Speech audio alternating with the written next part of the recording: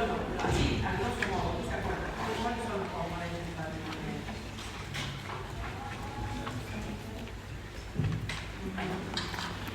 Muy bien, capital y demás. Y resultados, ¿no? Así. Bien fácil, capital y resultados. Ahora vamos a ver bien qué es lo que representa o que nosotros le decimos capital, ¿no? Qué es lo que está involucrado dentro del concepto de capital y de resultados. Recomendación para que tengan a mano el estado de evolución del patrimonio. Tienen que crear unidad con el estado de evolución del patrimonio. Igual que cuando les tocó estudiar el activo y el pasivo, tienen que tener el estructura y ver que si pueden todos los días que vean la materia, que les pasen, la van mirando porque la tienen que saber. Y de esa manera también les va a ayudar a modificarse en los entornos anteriores, ¿sí? Pero este componente de igualdad contable que es el patrimonio neto, particularmente lo que nos va a venir muy bien tener de comprender mejor algunas cosas que vamos a ver.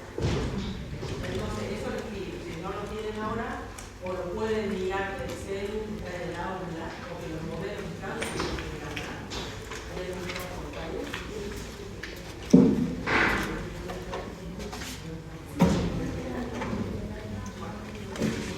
En la pestaña general, acá como digo Natalia, que sí están ahí. Entonces, de ahí lo pueden ir mirando.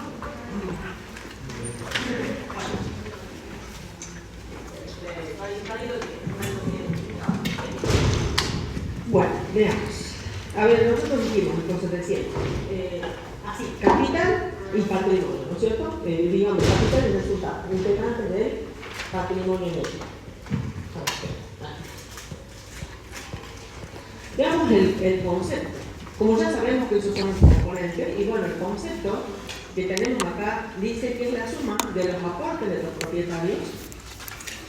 Así se llama en general todo lo que tiene que ver con el capital, ¿no? Aporte de los propietarios y qué más. Y los resultados acumulados, no son cualquier resultado, le vamos a llamar resultados acumulados no distribuidos, por eso que todavía están formando parte del patrimonio neto, ¿sí? Esos son los dos grandes componentes, digamos así, ¿no? De lo que llamamos, a ver, a nivel juros, ¿cómo se llama? Del estado, digamos, del patrimonio neto. ¿Y qué es lo que representa ese patrimonio neto? ¿Qué es lo que representa? Y bueno, ustedes saben que va a representar, en la igualdad contable, ¿no? Va a representar qué cosas, los derechos que tienen los propietarios sobre el activo de la empresa, ¿no?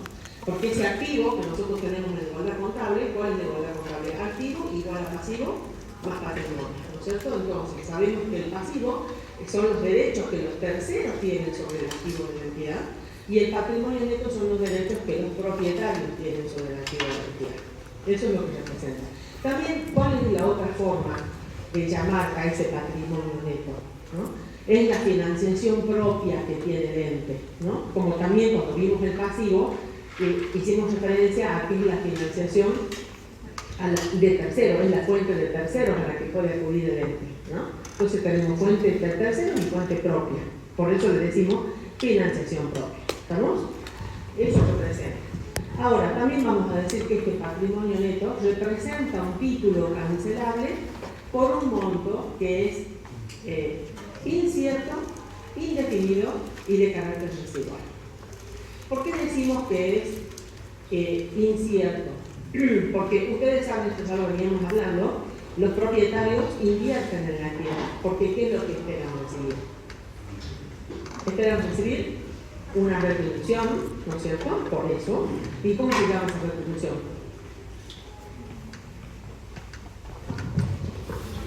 El socio que hace un aporte, ¿no? Para ser socio, hace un aporte, los socios de eso, que hicieron un aporte para ser socios de una sociedad. ¿Qué esperan recibir con ese aporte? O hacen el aporte y se olvidan. Total, ya son socios. Claro, esperan recibir lo que se llama una retribución. Que el ente, cuando tenga ganancias o tenga utilidades, ¿no es cierto?, distribuya parte de esas utilidades o ganancias, o parte o todas las se verá, ¿no? Y cada uno de los socios recibe en proporción a lo aportado parte de esas ganancias o de esas utilidades. ¿no es cierto? Entonces, ¿por qué decimos que representa un título? Y bueno, porque cada socio sabe, ¿no?, que tiene, debido al aporte que hizo, ¿no es cierto?, digamos, es incierto ese título que tiene, ¿no es cierto? ¿Por qué? Porque no sabe si se van a distribuir o no resultados, ¿sí? De manera tal de, digamos, de retribuir el aporte hecho por los socios o accionistas de PER, ¿sí? Por eso es de carácter incierto. ¿Por qué es indefinido? Porque si aún sabiendo que se van a distribuir esos resultados, los socios no saben cuánto es el monto. No saben, hasta que no llegue el momento de la asamblea, de que los socios se reúnan en la asamblea y tomen esa decisión, no se sabe cuál es el monto que van a recibir, ¿sí? ¿Y por qué dice que es de carácter residual? Y bueno, porque también sabemos, cuando estudiamos sociedades, que por supuesto que la obligación, el principal obligado, digamos, con respecto a las obligaciones que tiene con tercero es la sociedad, ¿no? Pero, llegado el caso de que llegue el momento de la finalización de la actividad del ente, ¿qué es lo que va a pasar? Ya el ente llega hasta acá, terminó su vida o por cualquier otro motivo tiene que finalizar su actividad, ¿no? Los socios saben que primero, ¿qué es lo que tiene que hacer la sociedad? Cumplir con los terceros, cancelar todas sus obligaciones. Una vez canceladas todas las obligaciones que tiene el ente con tercero, recién ahí, si hay un remanente, ¿no?, será distribuido entre los socios. ¿Se entiende? Por eso es residual, porque es lo que queda, lo que resta, luego de cumplir con todos los compromisos que tiene asumido el ente. ¿Sí? Muy bien. ¿Se entendió eso? Ahora vamos. ¿Por qué le decimos, por qué le dicen patrimonio neto? ¿Por qué se llama patrimonio neto? Y eso hace referencia al procedimiento para determinarlo, para calcular el patrimonio neto. ¿Por qué? Porque es la diferencia entre el activo y el pasivo, ¿no? Por eso es algo neto de activo menos pasivo, por eso le dicen patrimonio neto. Y la verdad que la denominación, algunos autores dicen que la denominación de patrimonio neto no es, digamos, algo que sea muy significativo. ¿Por qué? Porque si hubiera llamado patrimonio solo estaría bien, ¿no? Porque la palabra neto se refiere solo a eso, a la forma en que se determina, se calcula ese monto de patrimonio neto, ¿sí? Ahora acá tenemos, fíjense, un cuadrito, una especie de cuadrito, donde comparamos el pasivo con el patrimonio neto. ¿Por qué? Porque ahí vemos diferencias, ¿no? Hay diferencias, ¿no? Lo mismo pasivo que patrimonio neto, por supuesto. Bueno, acá tenemos bien presentadas, digamos, cuáles son esas diferencias, ¿no? Entonces, por ejemplo, ya dijimos que el pasivo representaba la fuente de financiamiento ajena o de terceros, ¿no? Mientras que el patrimonio neto representa la financiación propia. Muy bien, la financiación propia. O es la fuente propia o permanente, también se le llama, ¿no? Y la de terceros también se llama transitoria o de terceros. ¿Por qué? Porque los terceros van cambiando con el tiempo, no siempre son los mismos, en cambio los propietarios normalmente los socios permanecen más tiempo en la sociedad, ¿no? Ahora, la intención de formar sociedad. Esa intención de formar sociedad, los terceros no la tienen, ¿no? Los terceros ajenos que financian a la entidad no la tienen. ¿Por qué? Porque sencillamente porque no son socios, no vienen a ser socios de la entidad, son proveedores, son acreedores en general, ¿no es cierto? Mientras que en el caso del patrimonio neto, ¿no es cierto? Sabemos que ahí están los propietarios, digamos, los dueños, ¿no?, de la entidad. Ellos sí tienen la intención de formar sociedad, por eso son socios. Esto, el derecho, la intención, el derecho, digamos, tiene un nombre, se llama, ¿cómo se llama esto? Affectio societatis, se llama. Eso quiere decir la intención de formar sociedad. Ahora, esto se aplica así a todas las sociedades, menos en un caso. ¿En qué caso? En el caso de la sociedad unipersonal. ¿Por qué? Y bueno, porque esa es una figura nueva, ¿no? Y si ustedes saben que esa sociedad unipersonal, ¿cuál es la única forma que puede adoptar? ¿Cuál es la única forma que puede adoptar una sociedad unipersonal? Antes, con la modificación del nuevo Código Civil y Comercial, se modificaron varios conceptos, ¿no? Entre esos la ley de sociedades, y ahí se modificó el concepto de sociedad. Antes decía la ley, habrá sociedad cuando dos o más personas, ¿sí? Bueno, ahora no dice así el concepto de sociedad, dice habrá sociedad cuando una persona. ¿Por qué? Porque apareció la figura nueva que antes no existía de la sociedad unipersonal. ¿Sí? Entonces, eso nos costó entenderlo, porque el concepto de sociedad dice, bueno, sí, hay una persona y se asocia de alguien. Bueno, apareció ese concepto de sociedad unipersonal y la figura, o sea, el tipo de sociedad que puede adoptar esa sociedad unipersonal únicamente puede ser una sociedad anónima.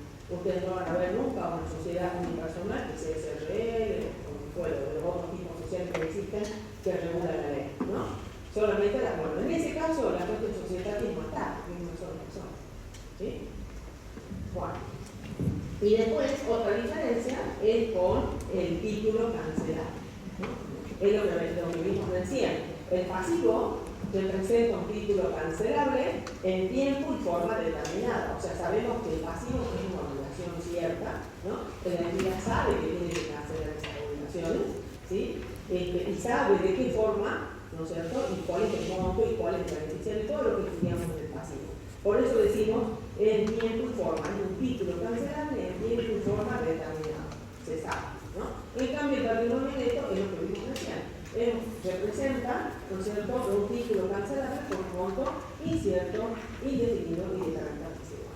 Estas son, digamos, las principales diferencias que vamos a encontrar entre el pasivo y el patrimonio neto. Y eso está bueno entenderlo bien y comprender bien cuál es la esencia, ¿no?, de cada uno de estos componentes de la contabilidad. Ahora, vamos a la composición de este patrimonio neto. Miren, acá está el detalle, cómo está compuesto ese patrimonio neto. Y esto mismo que ustedes están viendo acá, lo pueden ver en el estado de evolución del patrimonio neto.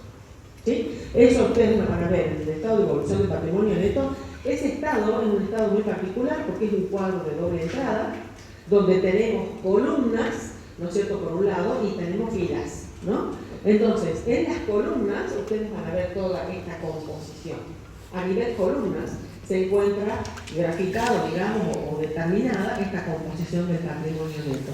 Y las filas están reservadas para los movimientos ocurridos en el patrimonio neto durante el ejercicio. Por eso, si ustedes se fijan, en el estado, vamos a ver que comienza con el saldo al inicio del ejercicio de cada uno de todos estos componentes, es decir, esos saldos al inicio son los saldos del ejercicio anterior, que venimos trayendo del ejercicio anterior. Luego tenemos en el cuerpo del estado todos los distintos conceptos que nos están mostrando por qué se ha modificado ese patrimonio neto, tanto de manera cualitativa como de manera cuantitativa, ¿no? Porque las variaciones del patrimonio neto, ya vamos a ver, pueden ser permutativas o pueden ser modificativas. Eso nos muestra el cuerpo en sí del estado. Entonces ustedes a la izquierda, en la hilera, van a ir viendo conceptos que son los que nos permiten explicar qué es lo que pasó con el patrimonio neto durante el ejercicio, y al último van a tener el saldo al cierre del ejercicio de cada uno de estos componentes. ¿Sí? Entonces, toda esta estructura que ustedes ven ahí son las columnas del estado de evolución del patrimonio neto. Entonces, ahí están los dos grandes componentes. Estos que estamos viendo acá, chicos, ya son el nombre de los rubros, de los grandes rubros y subrubros, ¿no? Estas no son cuentas, son rubros y subrubros del patrimonio neto. Por supuesto que después ya vamos a ver que cada uno de esos rubros también vamos a tener que prever en el plan de cuentas las cuentas que vamos a utilizar para registrar los movimientos producidos en el patrimonio neto, ¿sí? Pero estos que están acá no se confundan, son rubros del patrimonio neto. Rubros en la desagregación, rubros y subrubros, ¿sí? Entonces, los primeros grandes dos rubros que dijimos así al principio, capital y resultados, miren, ¿cómo se llama lo que tiene que ver con el capital? Se llama aporte de los propietarios. Ya tenemos que hablar con corrección acá y nombrar como corresponde los rubros, ¿sí? Entonces, el primer componente, aporte de los propietarios, y el segundo componente son los resultados, los llamados resultados acumulados, ¿sí? Ahora, veamos, dentro de esos aportes de los propietarios, ¿qué vamos a tener?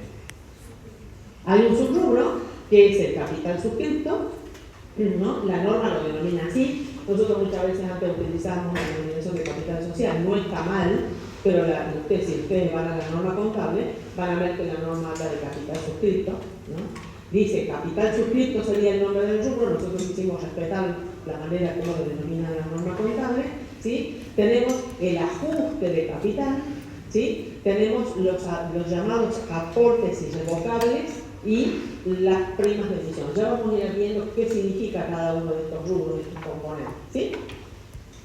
Luego, eso es para los aportes de los propietarios. Ahora veamos cuál es el otro elemento, los resultados acumulados. ¿Por qué se llaman resultados acumulados? ¿Por qué se llaman así? Y se llaman así sencillamente porque son resultados que aún están formando parte de ese patrimonio. ¿Por qué? Porque no han sido distribuidos.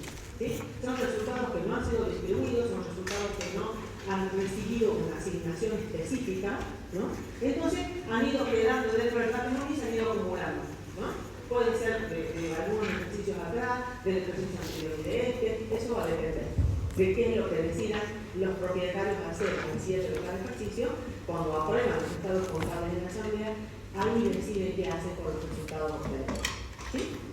Muy bien. Ahora, dentro de ese entonces gran rubro de resultados acumulados, tenemos tres subrubros grandes.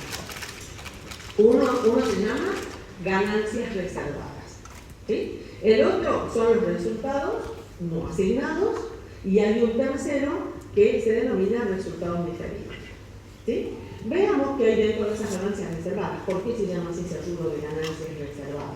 Y bueno, porque son ganancias o son resultados positivos o utilidades, como ustedes quieran decir, que han tenido, sí, un destino específico, y justamente en este caso, ese destino ha sido de que parte de esos resultados los propietarios han decidido que vayan a, en algunos casos los propietarios deciden, en otros casos, ya vamos a ver, lo único que hacen es dar cumplimiento a disposiciones legales, ¿no?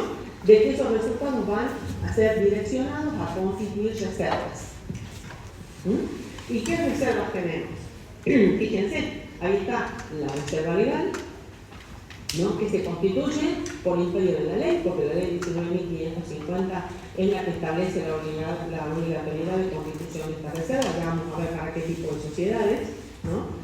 Después tenemos la reserva estatutaria. Esta reserva surge por disposición del estatuto o contrato social. ¿Por qué le llamamos estatuto? ¿Cuándo nosotros podemos hablar de estatuto? ¿Es el mismo estatuto que contrato social? Repasemos un poquito esos conceptos porque está bueno saberlo. Si nos hemos olvidado o no lo tenemos claro, esta es la oportunidad para reafirmar esos conceptos, ¿sí? Porque ya tenemos que tener bien claro todo esto, cómo podemos expresarnos y cómo podemos, o sea, cómo debemos, digamos, utilizar estos términos, ¿sí? No se olviden que después ustedes tienen que rendir un examen donde van a tener que dar conceptos, van a tener que explicar o justificar situaciones. Entonces tienen que poder hablar con propiedad, ¿no? Entonces, ¿es lo mismo contrato que estatuto o no? ¿Qué se acuerdan?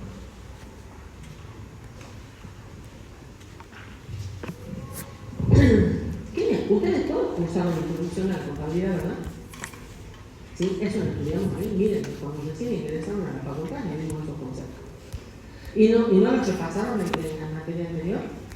¿No volvieron a verlo? ¿No charlaron sobre eso cuando...? ¿Y? ¿No repasaron? Eso. Después no lo hicieron repasar, no lo hicieron razonar con respecto a esto. Esto lo tienen que hacer. No podemos nosotros leer algo. Esto es una recomendación que yo les doy. No podemos nosotros estudiar y leer algo sin saber qué estamos leyendo, ¿no? Entonces, si yo digo contrato o estatuto, contrato y estatuto, ¿es lo mismo? No es lo mismo. No es lo mismo si yo encuentro un texto donde diga y o que diga o. Esa sola palabrita me está diciendo algo diferente, ¿sí?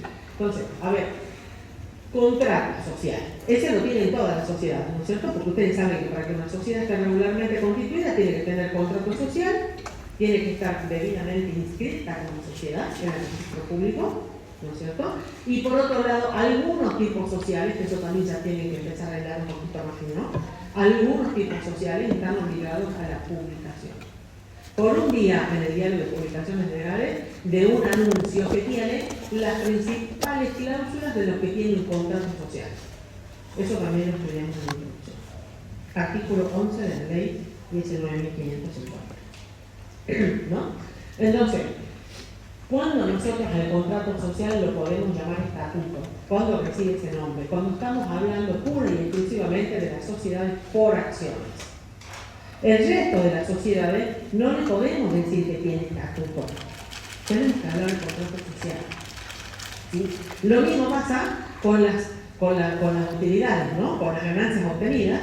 cuando los socios deciden distribuir esas ganancias entre los socios accionistas, nosotros le vamos a llamar dividendos solamente cuando estamos hablando de sociedades por acciones. No podemos hablar de dividendos si estamos hablando de la distribución de utilidades en una SRL. Eso es distribución de utilidades.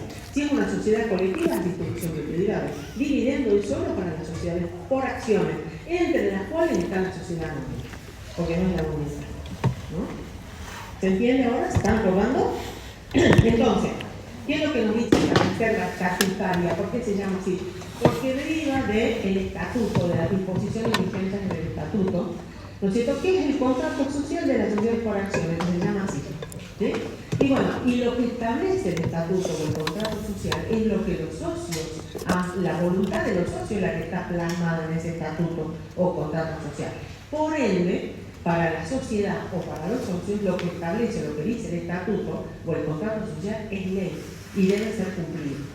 Entonces, acá no es que los socios van a decidir en la asamblea si van a constituir o no la reserva legal. No es que los socios van a decidir si constituyen o no la reserva estatutaria. Lo tienen que hacer, porque es una obligación legal en un caso y estatutaria en el otro de constituir esas reservas. ¿Sí?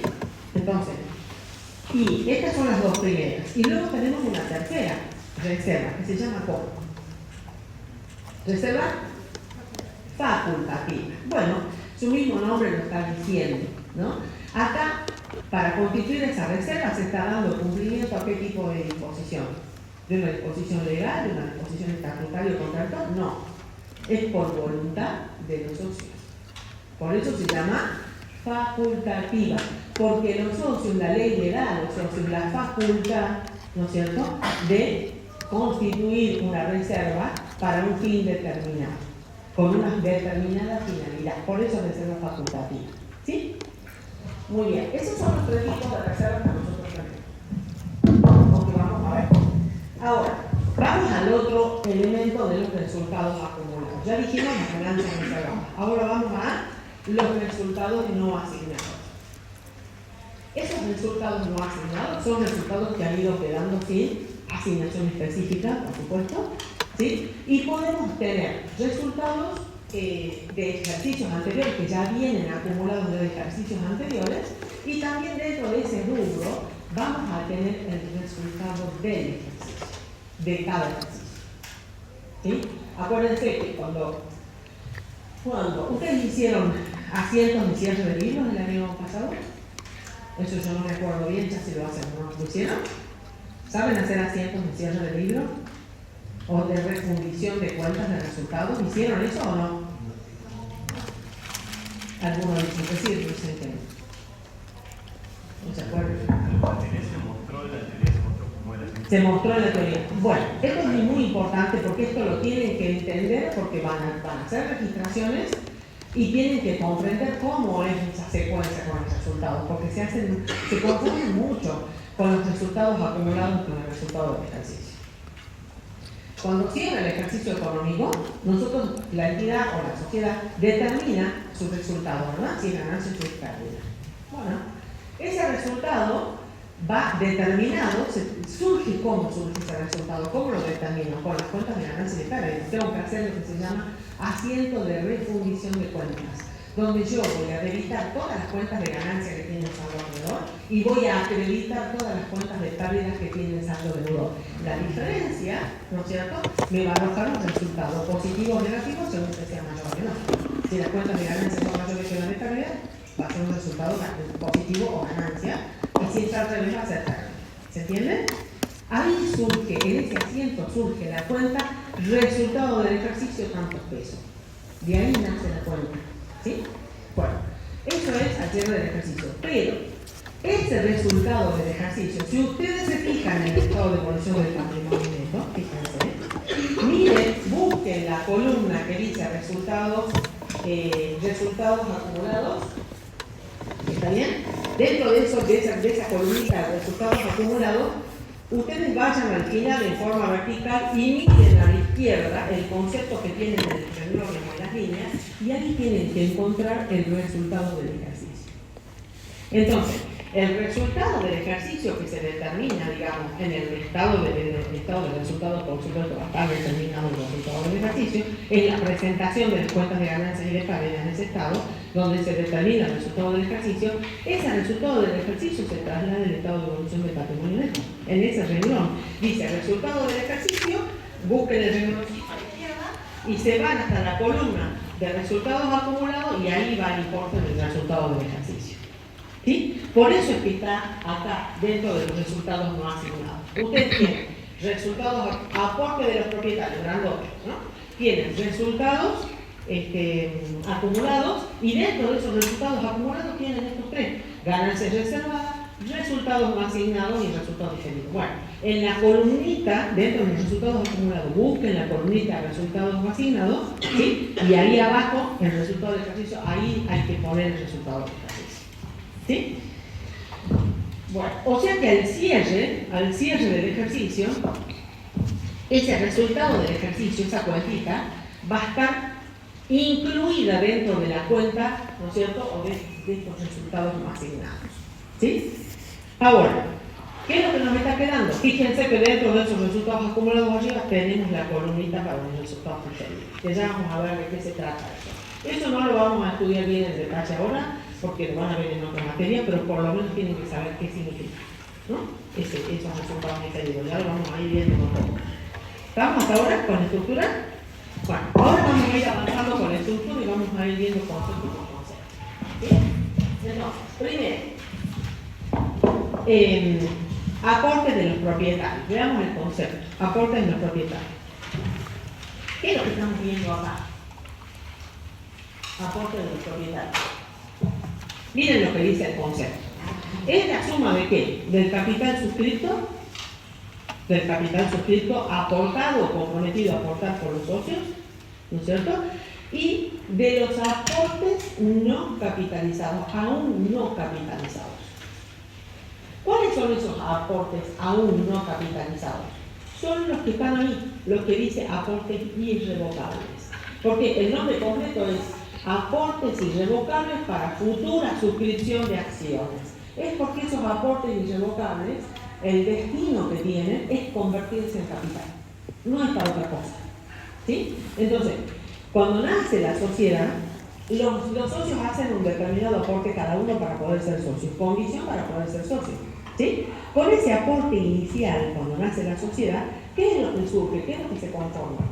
El llamado capital suscrito, que es el monto del capital que figura en el contrato social. En el contrato social va a decir cuánto es el monto del capital. ¿Cómo se compone ese capital? De tantas, suponiendo que sea una sociedad anónima, va a decir que ese capital se compone de tantas acciones de valor nominal, tantos pesos. ¿Se entiende? Y luego ese contrato social va a decir que los socios, el socio fulano de tal, se compromete o suscribe tantas acciones, el otro socio suscribe tantas acciones. ¿Se entiende? El contrato dice cuánto es lo que se suscribe cada socio, cuánto es el compromiso de aporte de cada socio, ¿no? Entonces, tenemos dentro de lo que nosotros denominamos aportes de los propietarios, los aportes que ya están capitalizados, ¿no?, que nosotros le llamamos capital suscrito, que es el capital con el cual nace la sociedad, es el capital que figura en el contrato social, ¿no? Y luego tenemos los llamados aportes irrevocables, que son nuevos aportes que los socios hacen con posterioridad, en un instante posterior, cuando la sociedad decide aumentar el capital, ¿no? Para aumentar el capital, los socios tienen que hacer nuevos aportes. ¿Sí? Esos nuevos aportes son aportes irrevocables para futura suscripción de acciones. Entonces, mientras esos aportes están hechos, ¿no?, la sociedad los ha recibido, ya vamos a estudiarlo bien en profundidad acá. Pero, ustedes saben que para aumentar el capital, porque esto también ya lo hemos estudiado, lo hemos visto en alguna materia anterior, ¿no?, hay que hacer una serie de trámites legales. Y eso lleva un determinado tiempo. O sea, la sociedad no es que aumenta de un día para otro el capital y ya ahí nomás emite las nuevas acciones, no es así. Hay que hacer todo un trámite legal para ver cómo se hace, cómo se instrumenta ese aumento de capital, ¿no? Porque la ley acá tiene algunas cositas que hay que ver y hay que respetar. Entonces, hay un trámite legal que lleva un determinado tiempo. Durante ese tiempo, todavía esos aportes irrevocables no son capital. no están convertidos en capital, ¿no? Por eso decimos que son no capitalizados, aún no están capitalizados. ¿Se entiende eso? En cambio, el capital suscrito sí, porque es el capital con el que nació la sociedad, con el que los socios aportaron, ya se emitieron las acciones, los socios suscribieron las acciones. ¿Se entiende? En cambio, en los aportes irrevocales todavía no pasa eso. Hay que esperar hasta que se pueda hacer efectivo el aumento del capital y la sociedad pueda estar en condiciones de emitir las nuevas acciones. ¿Se entiende? ¿Sí? Esos son los aportes irrevocables. Y luego tenemos, ¿qué más? Las llamadas primas de emisión, ¿no? Las llamadas primas de emisión, que son las que están viendo ustedes ahí. Ahora fíjense, vamos a la diapositiva siguiente. Yo no se las quise sacar para que me vayan siguiendo con la explicación.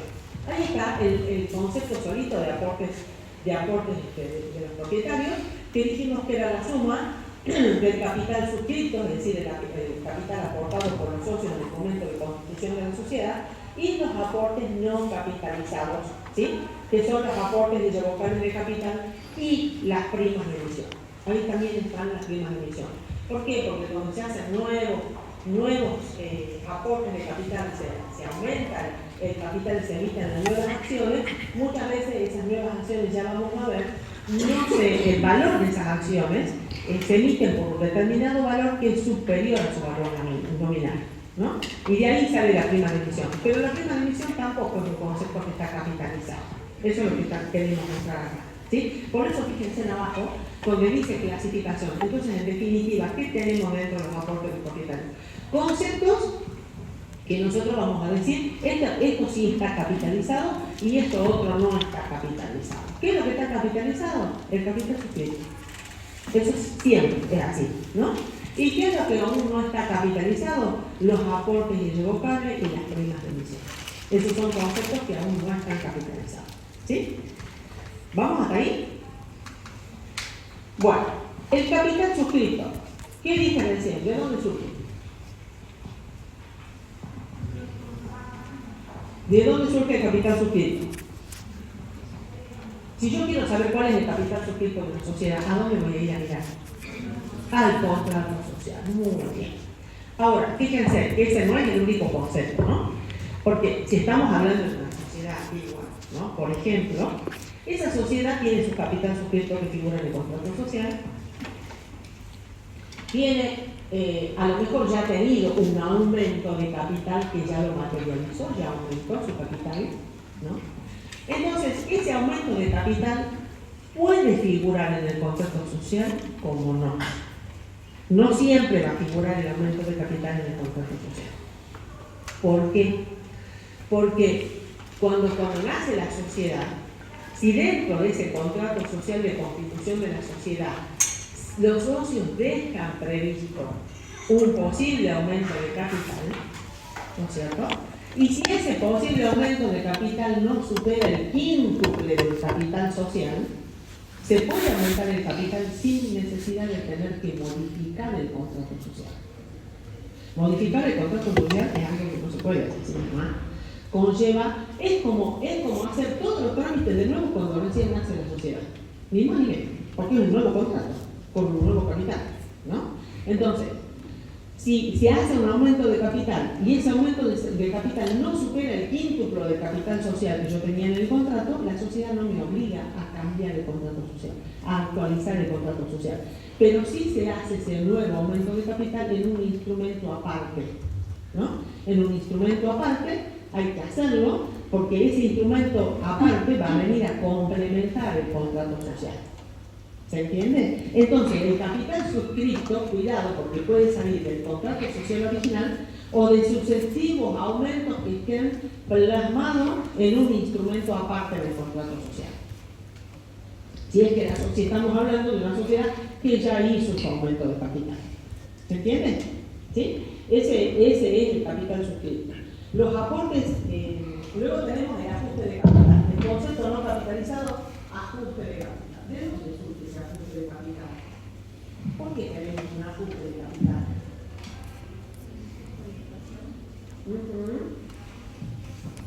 Porque en un contexto inflacionario hay que ajustar, ¿no? Hay que ajustar la cifra contable.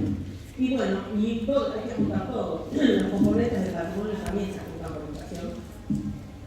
Entre ellos el capital social se ajusta. Y por supuesto la diferencia entre el capital ajustado y el capital nominal, que es el que figura en el contrato social, me va a dar el ajuste de capital. Y a mí, la norma, tanto la norma contable como la ley, dicen que el capital inscrito debe ser expuesto a valor nominal. Entonces, si yo lo tengo que exponer a valor nominal, el ajuste de capital que yo estoy haciendo en ese caso, porque hay inflación y tengo que ajustarlo en tanto contable, y lo tengo que poner forzosamente en una cuenta separada. Porque la cuenta capital suscrito no se va a modificar en ningún momento. ¿Está claro eso? Salvo que exista un aumento de capital para la sociedad. Si no, va a ser siempre el mismo capital suscrito que figura en el contrato con el que nació la sociedad. ¿Se entiende? Yo lo voy a ajustar por inflación, pero el ajuste lo voy a tener que poner en una cuenta separada. Por eso existe un rubro de ajuste de capital. Yo voy a tener también una cuenta que se llama ajuste de capital y ahí voy a poner el ajuste. ¿Se entiende eso? Porque acuérdense, el capital siempre tiene que ir expresado por valor nominal. Ya lo vamos a ver cuando lleguemos a la medición. Ahí lo van a ver perfectamente. ¿Qué más tenemos? Los aportes irrevocables, ya sabemos. ¿Para qué dijimos que son los aportes irrevocables? ¿Qué finalidad tienen los nuevos aportes que hacen los accionistas? Para un futuro aumento de capital, por eso dice para futura suscripción de acciones. ¿Sí? Muy bien, así es. Y luego tenemos por último la prima de emisión, que surge, como les digo, por diferencia entre el valor o el precio de las nuevas acciones y el valor nominal que tienen esas nuevas acciones.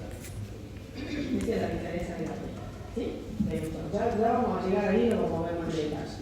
Vamos ahora al primero, capital suscrito. Capital suscrito. ¿Qué dice? Concepto. Fíjense, dice importe originado en la emisión de acciones, ¿sí? Cuotas sociales u otros instrumentos de patrimonio, ¿sí? Como capital. ¿Por qué están diciendo todo eso? Y bueno, porque tiene que cubrir los diferentes tipos de sociedades que hay, no son solamente sociedades por acciones. Por eso habla de acciones, habla de cuotas sociales. ¿Quién tiene dividido en cuotas sociales el capital? ¿Qué tipo de sociedad? La SRL, muy bien. Y los otros instrumentos de patrimonio lo deja para los otros tipos de sociedades. Sabemos que hay acciones, cuotas sociales y el capital de los otros tipos de sociedades, que son sociedades de personas, se dividen en partes de interés. Así se llama cada parte. No se llama acción, no se llama cuota social, se llama partes de interés.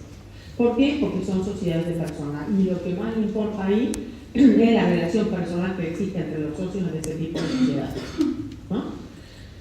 Bueno, entonces dice, importe originado en la emisión de acciones, cuotas sociales u otros instrumentos de patrimonio como capital en el momento de suscripción, ¿no?, de dichos instrumentos por los propietarios. ¿De qué momento estamos hablando?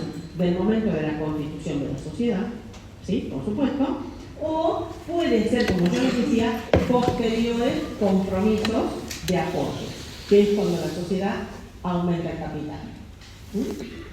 Muy bien, este es el capital suscrito, está compuesto de esa manera. O sea que ese capital suscrito es el que nosotros podemos repetir, es el que figura en el contrato constitutivo, en el contrato social de constitución, del momento de constitución de la sociedad. ¿Sí? Y permanece inalterable a lo largo del tiempo, ¿no es cierto? Pero solamente se puede ver alterado ese capital cuando existe un posterior aumento de capital. Si no, no se va a modificar el capital. ¿Sí? Bueno, ahora, ¿qué dice acá? Fíjense, es lo que yo les contaba. Debe exponerse por su valor nominal. Entonces, por eso, cuando yo ajuste por inflación, el ajuste va a una cuenta particular, una cuenta especial. Y el capital siempre queda por el mismo valor. ¿Sí? Ahora, dice, la representación del capital va a depender de la forma jurídica que adopte el ente. Bueno, lo que recién les dije yo, ahí está. Cuando son sociedades por acciones, son acciones. Cuando es sociedad de responsabilidad, son cuotas sociales. Y el resto de las sociedades parten de interés. ¿Sí? Reconocimiento. ¿Cuándo vamos a reconocer nosotros? ¿Qué dice la norma? El capital. Una entidad reconocerá los aportes provenientes de la emisión de acciones, cuotas, partes u otros instrumentos de patrimonio en el momento de la suscripción por parte de los propietarios. Y claro, ahí es donde nace ese capital suscrito. En el momento en que los socios suscriben cada uno, ¿no es cierto?, parte de ese capital, en el momento de constitución. Ahí reconocemos ese capital suscrito. Vamos ahora a ver los momentos básicos en relación a los aportes. Ustedes saben que siempre en todas las sociedades hay dos momentos muy importantes que nosotros tenemos que diferenciar. Uno de ellos es el compromiso, el momento del compromiso, y el otro es el momento de la integración. El momento del compromiso es cuando nace la sociedad, cuando se constituye, cuando se elabora el contrato social y donde queda reflejado el compromiso de aporte de cada socio. ¿Sí? Ese es el momento del compromiso. Por eso dice ahí, tiene lugar con la suscripción del contrato social en oportunidad de la constitución de la ley. Ese es el momento. ¿Sí? Entonces, ahí dice, ¿qué pasa en ese momento del compromiso? Nace un derecho a favor de la sociedad, por supuesto, nace un derecho a favor de la sociedad, que nosotros lo vamos a reflejar registrando o utilizando cuentas del activo, ¿no? Y la contrapartida, ¿qué va a ser? Va a ser una cuenta del patrimonio neto, porque se está constituyendo la sociedad, ahí está haciendo el capital, ¿no es cierto? La cuenta esa.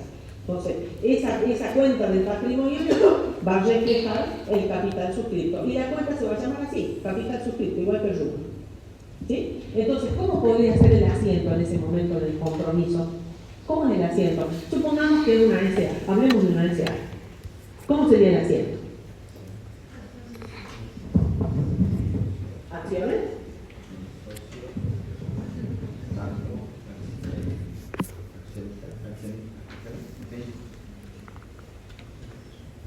Ahí teníamos la alternativa de hacer la registración en dos asientos o de hacerlo en uno solo. ¿Se acuerdan? Uno era accionistas, esa es la cuenta de activos que representa el crédito de la sociedad por lo que cada accionista se comprometió a aportar, la cuenta accionista. ¿Sí? Y esa cuenta ya la vimos cuando estudiamos el rubro de créditos. ¿Qué tipo de crédito es esa cuenta? ¿En qué rubro de crédito la vamos a clasificar? Créditos con partes relacionadas. Muy bien, muy bien. Accionistas. ¿Cuál es la cuenta que acreditamos? Acciones. ¿No? Y después el otro asiento era, debitamos acciones y acreditamos la cuenta capital social. Cuando la entidad emite las acciones, hacemos acciones a capital social. Y si no, directamente podríamos hacer un solo asiento que diga accionistas a capital suscrito, en este caso, capital suscrito. ¿Se entiende? Ese es el asiento más fácil. Accionistas a capital suscrito. Ese asiento es el que se lleva a cabo en ese momento del compromiso.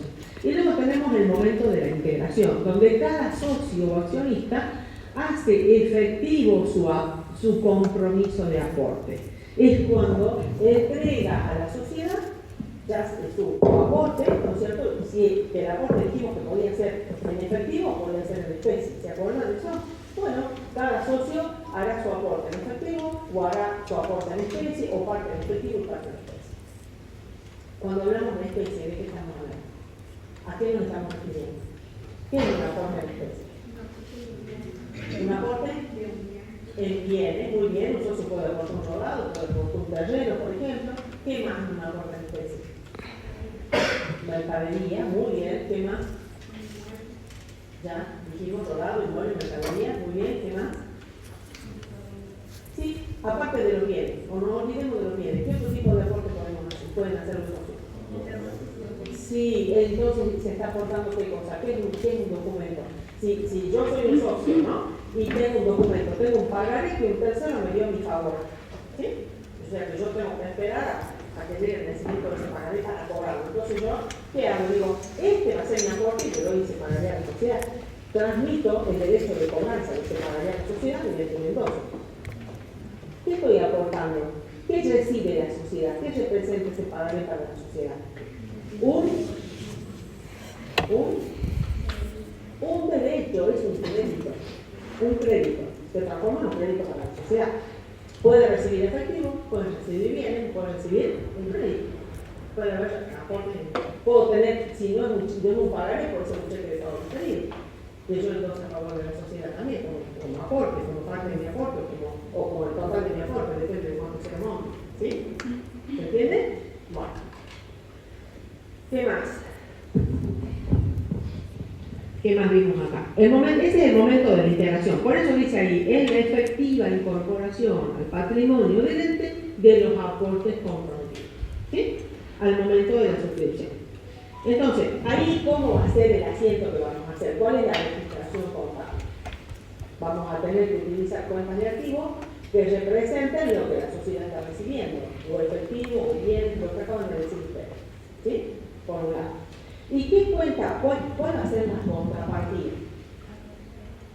¿Ah? Cuidado, ¿a qué?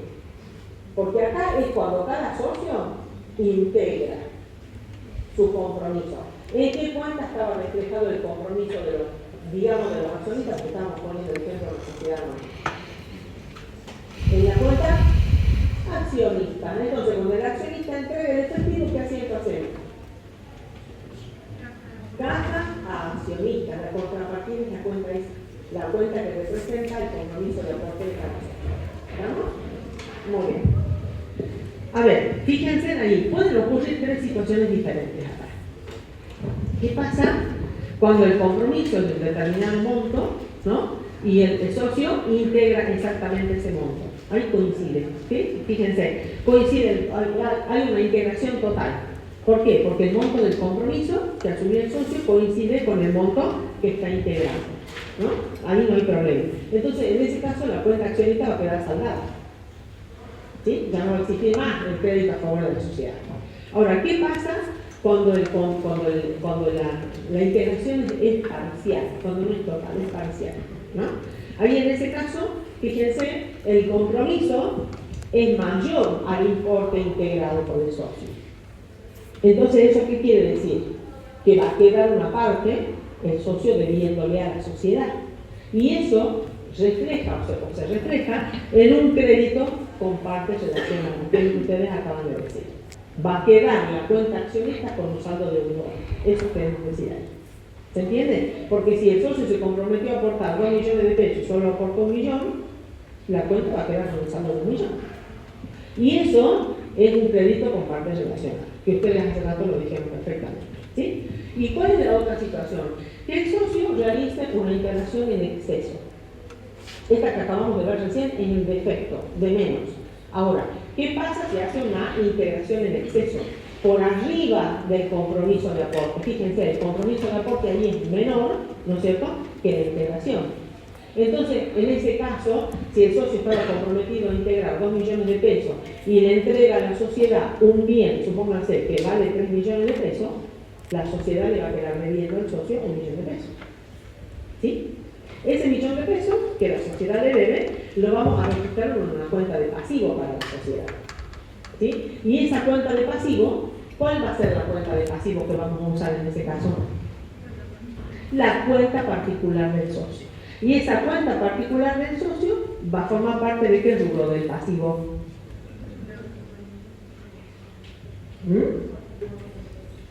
Ahí dice deuda, ¿no? No es deuda con partes relacionadas. Porque la deuda con partes relacionadas es solamente cuando la sociedad le está debiendo dividendos o utilidad ganancia. ¿Se acuerdan de eso? Ahí es la única. Porque dijimos que tanto los créditos como las deudas derivan, ¿sí?, de la condición del socio como tal. Entonces, cuando el aporte es en exceso, no, es una deuda más que la sociedad tiene con ese socio.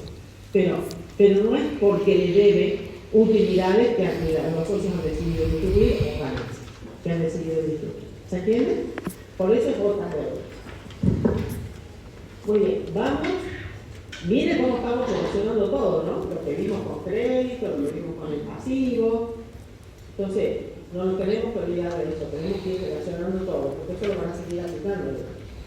Vamos ahora a los tipos de aporte, a repasar. Ya lo dijimos, pero bueno, acá está bien puesto, bien detallado.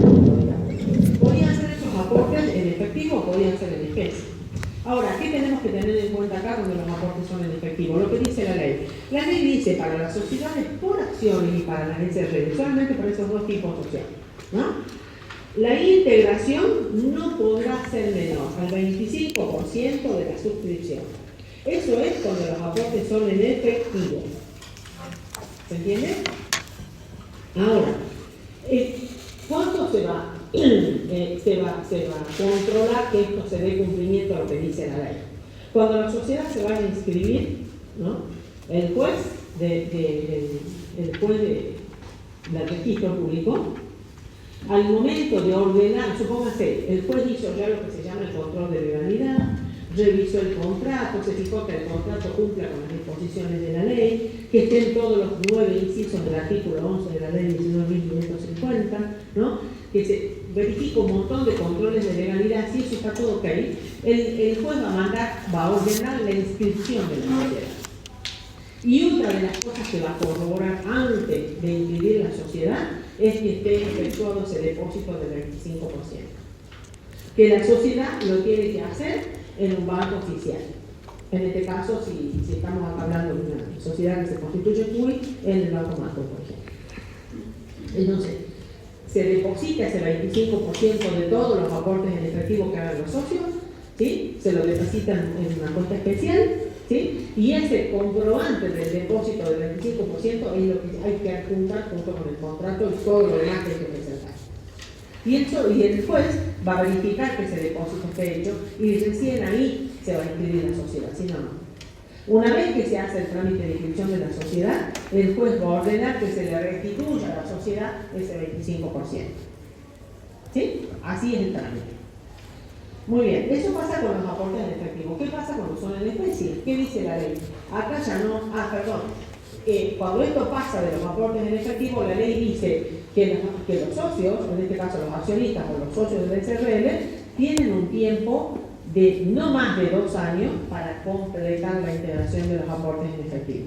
Porque al momento de constitución de la sociedad, la ley le exige el 25%, ¿sí? Pero el 75% restante tienen un plazo de 2 años para terminarlo de integrar. ¿Sí? Eso, acuérdense de eso, porque hay ejercicios de eso, pero en la práctica. Si mal no me acuerdo, pusimos algo de eso. Y cuando los aportes son en especie, ¿qué dice la ley? Que los aportes en especie, ¿cómo deben ser hechos? En su totalidad. Deben ser integrados de manera total. ¿Sí? Ahí no podemos hacer parte. Tiene que ser total. ¿Sí? Entonces, fíjense, dice, los aportes no dinerarios deben integrarse totalmente. Eso es lo que dice la ley. Y su cumplimiento se justificará al tiempo de solicitar por parte de la autoridad de Contralor el cumplimiento de los requisitos legales fiscales.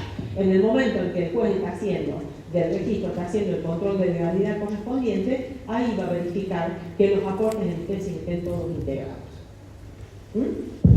Puede consistir en aportes de bienes, derechos y obligaciones. Es lo que estuvimos hablando. ¿Sí? Vamos al ajuste de capital, que esto también ya lo vimos. El ajuste de capital, ¿de dónde proviene? Dijimos. De la registración, de los estados contables, cuando tenemos un contexto inflacionario y debemos ajustar la información por inflación, ¿no? Entonces, debido a que a los cambios del poder adquisitivo de la moneda, ustedes ya saben que eso es inflación. Ahora, entonces, ¿cómo queda? Vamos a tener por un lado el capital del suscripto que tenemos del contrato, y por otro lado nos va a aparecer, cuando hagamos la represión, nos va a aparecer un ajuste de capital, ¿no? Porque vamos a obtener el capital ajustado, que si nosotros hacemos capital ajustado menos capital suscrito, obtenemos el ajuste de capital. Bueno, ese ajuste de capital es el que nosotros tenemos que poner en una cuenta especial, ¿sí? Que se llama ajuste de capital. Vamos ahora a ver los aportes irrevocables. Estos aportes irrevocables, acá hay mucho detalle, digamos, en el sentido de que la ley exige ciertas condiciones para los aportes irrevocables. Fíjense qué dice el concepto. ¿Qué representan estos aportes irrevocables? Representan aportes de los accionistas que ya dijimos no están capitalizados todavía, eso ya lo dijimos, ¿sí? Es decir, son aportes por los cuales todavía no se ha aumentado el capital legal. No se modificó el capital suscripto porque todavía no se hizo efectivo ese aumento de capital. En toda esa transición, por el tiempo que demanda hacer un aumento de capital, nosotros vamos a tener esos aportes que los socios ya hicieron a la sociedad, que la sociedad ya los recibió, ¿no? Los vamos a tener en esta cuenta que se llama aportes irrevocables. Y que también tienen su rubro, ¿no? Ya vimos que tienen su rubro. ¿Sí? Muy bien. Ahora, estos aportes irrevocables tienen, como dice acá, el carácter ¿de qué? De ser irrevocables. ¿Qué significa eso de irrevocables? El carácter de irrevocable es para el socio, ¿no? Cuando la sociedad dice que todos los socios reunidos, ¿no? Dicen, no, tenemos que aumentar el capital, tenemos que aumentar el capital. Entonces los socios dicen, bueno, hay que hacer nuevos aportes. Y ahí cada socio dirá si quiere o no hacer el nuevo aporte, porque no es obligación que lo hagan todos. Lo pueden hacer todos como no, solamente algunos, por ejemplo. Entonces cada socio dirá, bueno, yo voy a hacer un nuevo aporte de tantos pesos, supónganse, ¿no? Bueno, esos aportes son hechos en efectivo, tienen que ser hechos en efectivo. Una vez que el socio hizo el aporte y le entregó a la sociedad X cantidad de dinero, el socio no se puede arrepentir y decir a la sociedad, no, devolveme porque yo ya no quiero hacer el aporte. Eso no se puede hacer. Por eso es irrevocable. Una vez que está hecho el aporte, ya está hecho. Por eso dice que la irrevocabilidad es para los socios, pero no lo es así para la sociedad. ¿Por qué? Porque una vez que los socios hicieron ese aporte irrevocable y la sociedad recibió ese dinero en carácter de aporte irrevocable, lo que la ley exige es que esos aportes irrevocables tienen que ser aceptados por los socios en una asamblea. Tiene que haber de por medio una aceptación de esos aportes irrevocables, de manera formal, de manera escrita. ¿Sí? Para que recién, digamos, quede fijo el tema del aporte irrevocable.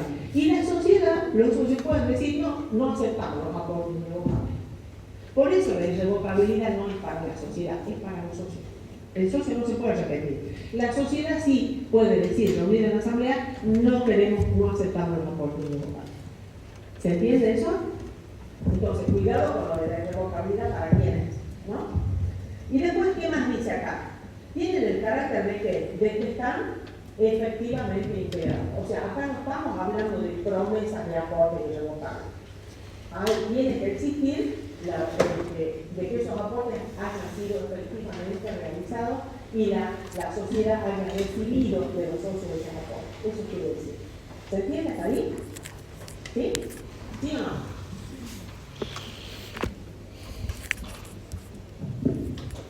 ¿Qué más dice? Bueno, lo que ya vimos, la condición de irrevocabilidad es plena respecto del socio, pero no lo es respecto a la sociedad por lo que viene. ¿Sí?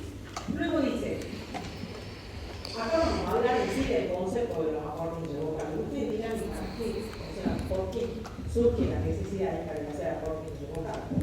¿No? Acá, esta figura de los aportes irrevocables, digamos, es como una solución, ¿no es cierto?, que se instrumenta para cubrir situaciones de ¿qué dice? De urgencia financiera. Es cuando la sociedad muchas veces quiere una urgencia financiera y no quiere acudir a una fuente externa de financiamiento. No quiere ir a pedir prestado o solicitar un préstamo. Entonces, los socios dicen, bueno, nosotros ponemos dinero para eso, ¿no? Porque la sociedad necesita ese dinero para algo. Como dice ahí, normalmente son situaciones de urgencia financiera. Entonces, la sociedad busca un autofinanciarse con el aporte de los. ¿Sí? No va afuera, no va a los terceros. ¿Y qué destino pueden tener, por ejemplo? ¿Para qué puede ser que la entidad necesite urgente ese dinero? ¿Qué dice ahí? Tiene varias alternativas, fíjense. ¿Qué dice? Realizar alguna ampliación en la empresa, en lo que sea de la empresa, una expansión, porque a lo mejor quiere poner una sucursal en algún lado, por ejemplo, ¿no? Porque necesita cubrir pérdidas por causas extraordinarias, alguna situación extraordinaria que tiene una pérdida que quiere cubrir, o pagar pasivos cuando el ente se encuentra en un estado de liquidez. Necesita cancelar una obligación y no tiene ahora ya el dinero para hacerlo. Por ejemplo, esas son las situaciones en las que puede verse implicada la sociedad y que para eso recibe este dinero de los accionistas. ¿Sí? Muy bien. Ahora,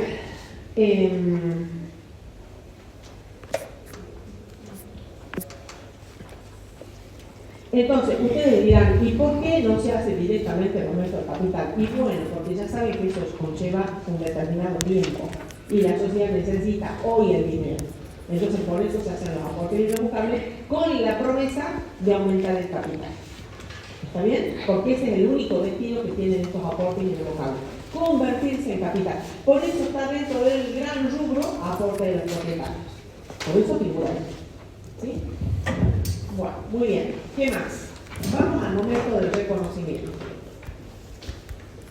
¿Qué dice ahí? De los aportes irrevocables estamos hablando. ¿Cuándo nosotros vamos a reconocer los aportes irrevocables como formando parte del patrimonio neto? Si no se cumplen todas estas exigencias de la ley, nosotros no podemos considerar esos aportes irrevocables por más que la sociedad haya recibido el efectivo del socio como patrimonio neto. Lo vamos a tener que considerar como pasivo.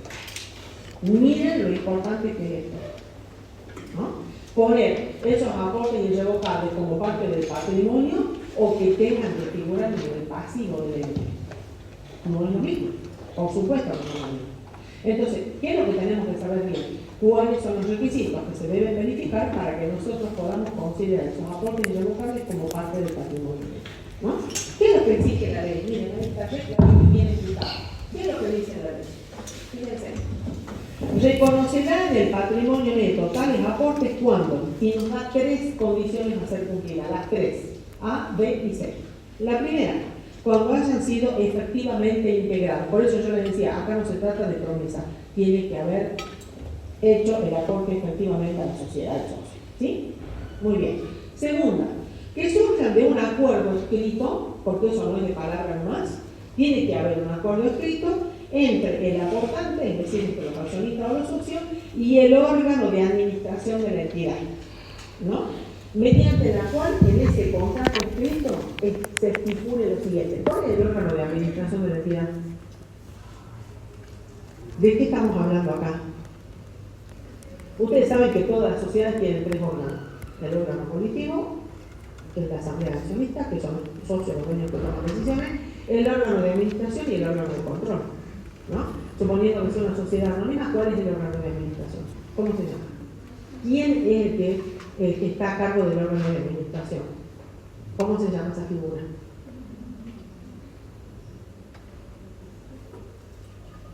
Eso tenemos que saber. ¿Quién se llama? Son los directores. El director de una sociedad anónima es la persona que representa ese órgano de administración, ¿no? En las otras sociedades no se llama director, se llama ¿cómo? En una SRL. Se llama, por ejemplo, gerente, el que está a cargo del órgano de administración. ¿Sí? Entonces, tiene que haber, fíjense, un acuerdo escrito entre los socios, que son los aportantes de los aportes irrevocables, y ese órgano de administración. La representación del órgano de administración la tiene el director o el gerente. ¿Sí? Bueno, ¿qué es lo que tiene que decir ese contrato que firman ambos? Ese acuerdo escrito, mejor dicho. ¿Qué es lo que tiene que decir? ¿Qué tiene que estipular ese acuerdo? Dice, primero, el aportante mantendrá su aporte salvo cuando su devolución sea decidida por la asamblea de accionistas u órgano equivalente, ¿no? Si no es asamblea de accionistas y es una SRL, no podemos hablar de asamblea. ¿De qué hablamos ahí? Por eso dice un órgano equivalente. ¿Cuál es el órgano equivalente a una asamblea? Asambleas no se hacen en todos tipos de sociedades, es para la sociedad de conexión. Acá de vuelta con la diferencia en la terminología que debemos emplear, ¿no? ¿Cómo se llama? Reuniones de socios. Para una SRL es una reunión de socios, no es una asamblea. ¿Sí? Entonces, por eso la norma es clarita. Y dice, cuando la devolución sea decidida por la asamblea de accionistas u órgano equivalente de la entidad, mediante un procedimiento similar a la reducción de capital social. Porque es como que la empresa recibió esos aportes para hacer un aumento de capital y si la asamblea lo rechaza y no acepta esos aportes, hay que aplicar un mecanismo que está previsto en la ley, que es como si estuviéramos reduciendo el capital, que todavía no se implementó. ¿Se entiende? Es por eso. ¿Qué más? Entonces, ahí el socio firma en ese acuerdo escrito que el carácter de irrevocabilidad. Eso que veníamos acá. Bueno, por eso dice que el socio se compromete a mantener el aporte, no puede repetirse y retirar. ¿Está claro? Eso quiere decir. Y también tiene que decir que el destino del aporte es su futura conversión de acciones. Tiene que estar especificado eso. ¿Sí? Y además, las condiciones de dicha conversión. Tiene que decir que esos aportes irrevocables van a ser para realizar un aumento de capital, ¿no es cierto?, de tantos pesos, que se van a emitir tantas acciones de valor nominal tantos pesos a tantos pesos. ¿Ya? El valor nominal por un lado y cuánto es lo que va a costar adquirir esas nuevas acciones. Ese es el valor real o el precio que la sociedad le va a poner a esas nuevas acciones. Eso también tiene que figurar en ese acuerdo escrito. Bueno, si eso está cumplido, ya cumplimos con el punto B. ¿Cuál es la tercera exigencia de la ley? Dice que hayan sido aprobados por la Asamblea Accionista. Luego de que la sociedad recibe esos aportes irrevocables, tenemos que esperar a que se constituya la Asamblea de Accionistas para que aprueben esos aportes irrevocables. Una vez que esos aportes irrevocables han sido aprobados por la Asamblea, u órgano equivalente o reunión de socios, depende de cuál sociedad sea, ¿no? O por su órgano de administración, o puede haber sido aprobado por su órgano de administración a referéndum de la Asamblea. O sea, el director previamente, ¿no?, que firmó el acuerdo con los aportantes, recibe ese dinero y dice, bueno, se aceptan estos aportes irrevocables, lo dice el director, al referéndum de la Asamblea. Eso queda supeditado a que la Asamblea lo termine de confirmar y lo acepte. Ahí recién, si se cumplen esas tres condiciones, nosotros podemos considerar esos aportes irrevocables como parte del patrimonio de derecho. Es re importante esto, chicos. ¿Sí o sí? ¿Se entiende? Bien. Ahora, ¿qué más dice acá? Y si no, ¿qué va a pasar? Lo que yo les dije recién, ahí está abajo. Si no es patrimonio neto, ¿qué es? Es pasivo. Se reconocerá el pasivo de tales aportes cuando no cumpla con esos requisitos. ¿Por qué? Porque es pasivo. Y bueno, porque la sociedad que reintegra los aportes a los socios. Porque la Asamblea no lo aprobó, así de sencillo. ¿Se entiende? Seguro que lo entienden, ¿no? Muy bien. Vamos a seguir. ¿Qué tenemos acá? ¿Qué dice? Aportes irrevocables para absorber pérdidas acumuladas. También los socios. ¿Se acuerdan que dijimos entre los motivos por los cuales la empresa podía requerir financiarse? Era uno de los motivos era para cubrir posibles pérdidas, ¿no? Posibles pérdidas no, pérdidas surgidas por alguna situación extraordinaria. Bueno, acá está. Pero esos son aportes específicamente realizados, aportes irrevocables para cubrir pérdidas. Y eso lo tiene que decir, por supuesto, la producción. O que es para aumentar el capital o que es para cubrir una pérdida. ¿Sí? Entonces dice, una entidad reconocerá un aporte irrevocable para absorber pérdidas acumuladas como patrimonio neto. Esos aportes irrevocables los vamos a poder considerar como patrimonio neto, ¿sí?, modificando los resultados. ¿Por qué? Porque si absorbemos la pérdida, se modifica el resultado acumulado negativo, va a desaparecer, siempre que tales aportes, acá exige lo mismo, hayan sido efectivamente integrados y que estén aprobados por la Asamblea de Accionistas o órgano equivalente de la entidad o por su órgano de administración, y luego repite lo mismo al referéndum de la Asamblea. ¿Sí? Muy bien. O sea que también acá saben ustedes que pueden haber aportes irrevocables para absorber también. Fíjense, vamos a la prima de emisión. Los entes, ¿no? Los entes, ¿qué pasa con los entes? Los entes, por ejemplo, pueden decidir, ya lo vimos a esto. Acá estamos hablando de un aumento de capital. De ahí va a salir una prima de emisión, ¿no? ¿Por qué? Ahora veamos por qué. Ya sabemos cuáles son los motivos por los cuales la entidad puede requerir un aumento de capital, porque, por ejemplo, quiere expandirse, ¿no? Quiere diversificar su actividad, desarrollar una nueva actividad, por ejemplo, ¿sí? Todo eso. Bueno, para todas estas necesidades que tiene una entidad, por ejemplo, va a necesitar de nuevos aportes para poder aumentar el capital, ¿verdad? Bueno, y estos nuevos aportes, como ya habíamos visto, que tendrían que hacer los socios, pueden ser instrumentados, ¿no? Mediante, ya dijimos, la modificación del contrato social, ¿Cuándo va a tener que modificar, se va a ver obligada a la sociedad a modificar el contrato social? Cuando en su contrato constitutivo no esté previsto el aumento de capital. Si no está previsto desde el momento en que se constituyó la sociedad, va a tener que modificar el contrato social. ¿Sí? Y si no, lo puede hacer, ya dijimos, mediante un instrumento separado, ¿no? Sin necesidad de modificar el contrato social, en tanto y en cuanto se cumpla con lo especificado por la ley en su artículo 188, donde dice que si el aumento del capital no supera el quíntuplo, ¿no?, del capital original, no es necesario modificar el contrato social. Entonces, el aumento de capital se lo instrumenta en algo separado. Hay un instrumento separado que complementa el contrato original donde figura el aumento de capital. ¿Se entiende eso? ¿Sí? Ahora, ¿quiénes son las únicas sociedades que pueden aumentar el capital sin necesidad de modificar su contrato social por más que supere el quíntuplo? Las sociedades por acciones que cotizan sus acciones en la bolsa. Ellas están autorizadas por la ley a aumentar su capital por el monto que quieran sin necesidad de modificar su contrato social. Ahora, con esos nuevos aportes, por eso dice ahí, chicos, miren, primas de emisión, ¿qué dice abajo? ¿Qué dice abajo? Emisión de nuevas acciones. ¿Y por qué? Porque esos nuevos aportes, ¿no es cierto?, van a dar lugar a que la entidad tenga que emitir nuevas acciones para aumentar el capital. De esas nuevas acciones estamos hablando. ¿Sí? Entonces, ¿qué nos puede ocurrir? Que esas nuevas acciones se emitan sobre la par, sean colocadas sobre la par o bajo la par. ¿Qué significa sobre la par?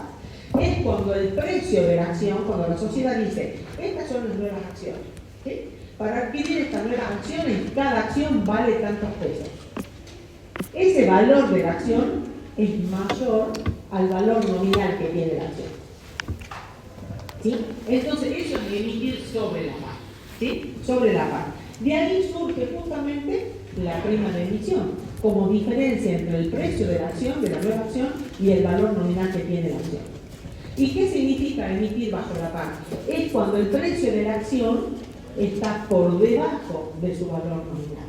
Entonces eso ya no se llama prima de emisión, se llama descuento de emisión.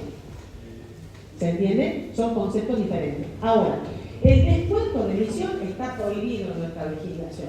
Las empresas no pueden emitir esas acciones por un precio inferior al valor nominal. Está prohibido por ley. No se puede hacer, ¿no? Salvo, lo pueden hacer la sociedad que cotiza en bolsa, sí lo pueden hacer, no son las únicas, ninguna otra. ¿Sí?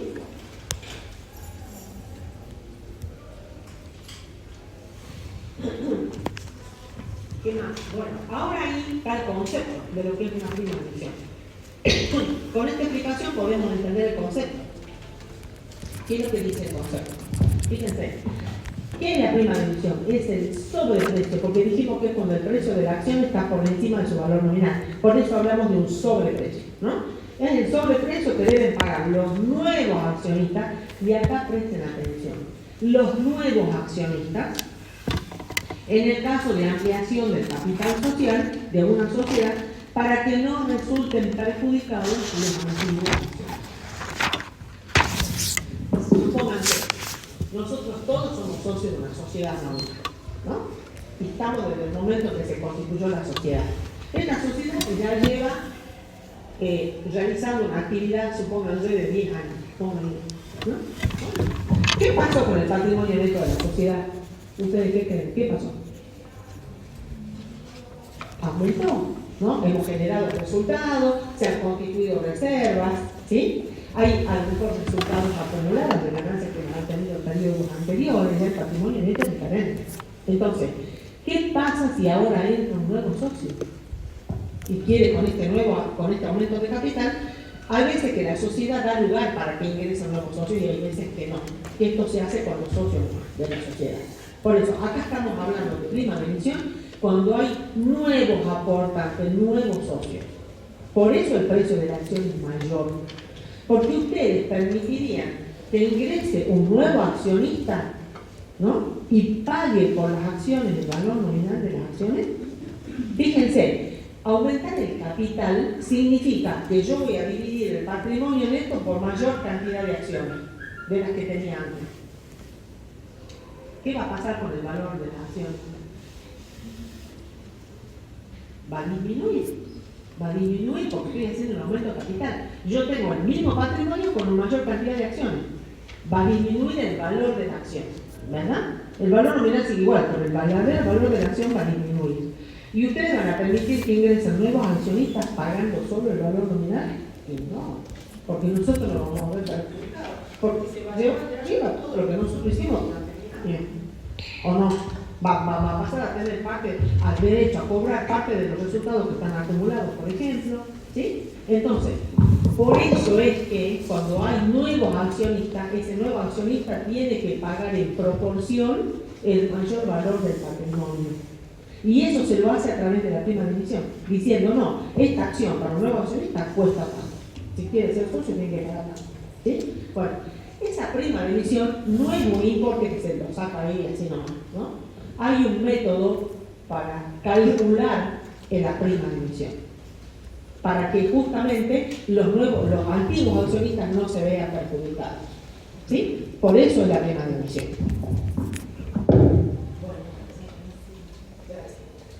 Entonces, ahora vamos al reconocimiento. Está el concepto de la prima de emisión, ¿no? Vamos al reconocimiento. Una entidad reconocerá la prima de emisión, lógicamente, en el momento de suscripción, porque cuando esos nuevos accionistas vayan a suscribir y decir yo voy a comprar tantas acciones, ahí están sabiendo que tienen que pagar un mayor valor por las acciones. ¿Se entiende? Ese es el momento del reconocimiento, el momento de la suscripción. ¿Qué más tenemos? Vamos a la medición inicial, que era lo que yo les decía hace rato. Fíjense.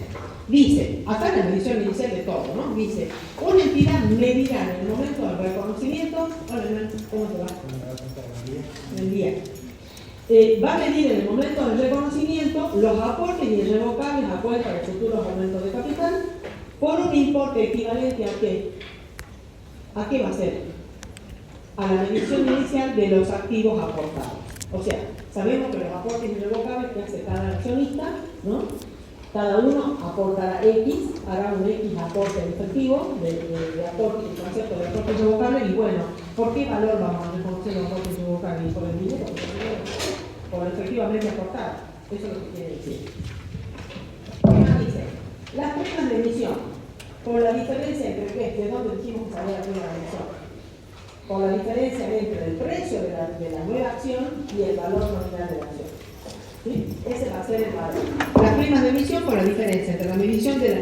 Bueno, la ley acá la nueva lo dice de otra manera. Lo dice por el importe del aporte total, ¿no? Que hacen los nuevos socios, ¿sí? Y el valor nominal del capital suscrito.